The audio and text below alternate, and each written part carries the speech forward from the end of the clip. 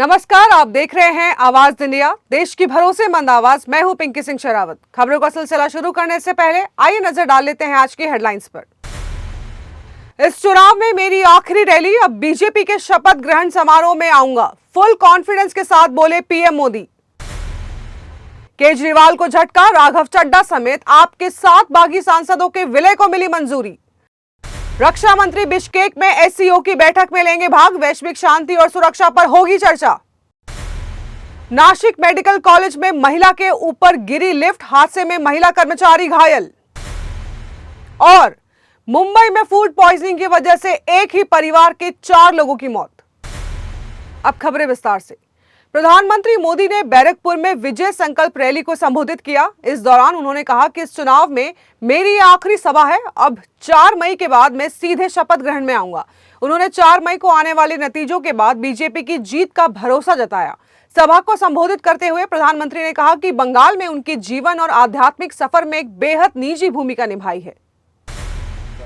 आम आदमी पार्टी से इस्तीफा देने वाले राघव चड्ढा समेत सभी 7 सांसदों ने आज भारतीय जनता पार्टी की सदस्यता ले ली है। 7 सांसदों के उसके पाले में आने से बीजेपी का राज्यसभा में संख्या बल मजबूत हुआ है। राज्यसभा में बीजेपी सदस्यों की संख्या बढ़कर 113 हो गई है और आम आदमी पार्टी के सदस्यों की संख्या 10 से घटकर 3 रह गई है। केंद्रीय रक्षा मंत्री राजनाथ सिंह मंगलवार को किर्गिस्तान की राजधानी बिश्केक में शंघाई सहयोग संगठन यानी कि एससीओ की बैठक में शामिल होंगे। राजनाथ सिंह रक्षा मंत्रियों की इस बैठक में भारतीय प्रतिनिधिमंडल का नेतृत्व करेंगे। उन्होंने सोशल मीडिया पर एक पोस्ट के जरिए इसकी जानकारी साझा की है। पोस्ट में उन्होंने कहा कि इस दौरान वैश्विक शांति और सुरक्षा पर चर्चा की जाएगी और वो आतंकवाद और चरमपंथ के प्रति शून्य सहिष्णुता के देश के दृढ़ रुख को भी स्पष्ट करेंगे। मुंबई पुणे एक्सप्रेसवे के घाट सेक्शन को 1 मई को बाईपास मिल जाएगा। महाराष्ट्र के बहुप्रतीक्षित मिसिंग लिंक प्रोजेक्ट का उद्घाटन 1 मई को राज्य के स्थापना दिवस पर होगा। रविवार को उप मुख्यमंत्री एकनाथ शिंदे ने मिसिंग लिंक प्रोजेक्ट के कामों का निरीक्षण किया। उन्होंने कहा कि इस मिसिंग लिंक का 99% काम पूरा कर लिया गया है। इसके खुलने से मुंबई पुणे एक्सप्रेसवे को पूरी तरह से एक्सेस नियंत्रित होगा। वक्त हो चला है एक छोटे से ब्रेक का।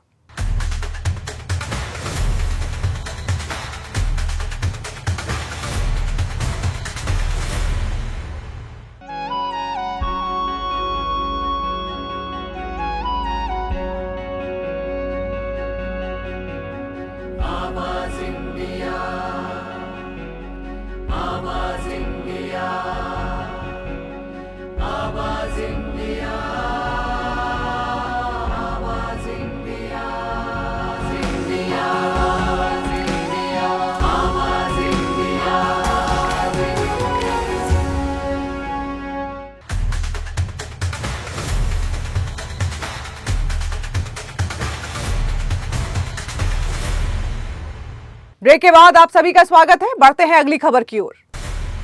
नासिक के एक मेडिकल कॉलेज में एक बेहद गंभीर और चौंकाने वाली घटना सामने आई है। जानकारी के अनुसार एक लिफ्ट अचानक गिर गई और अपनी नियमित ड्यूटी कर रही एक महिला कर्मचारी पर गिर गई। इस हादसे में घायल कर्मचारी को गंभीर चोटें आई हैं।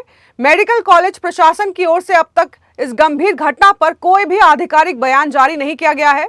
अड़गांव पुलिस फिलहाल मामले की जांच कर रही है। मुंबई के पायधुनी इलाके में फूड पॉइजनिंग के चलते एक ही परिवार के 4 सदस्यों की दर्दनाक मौत हो गई।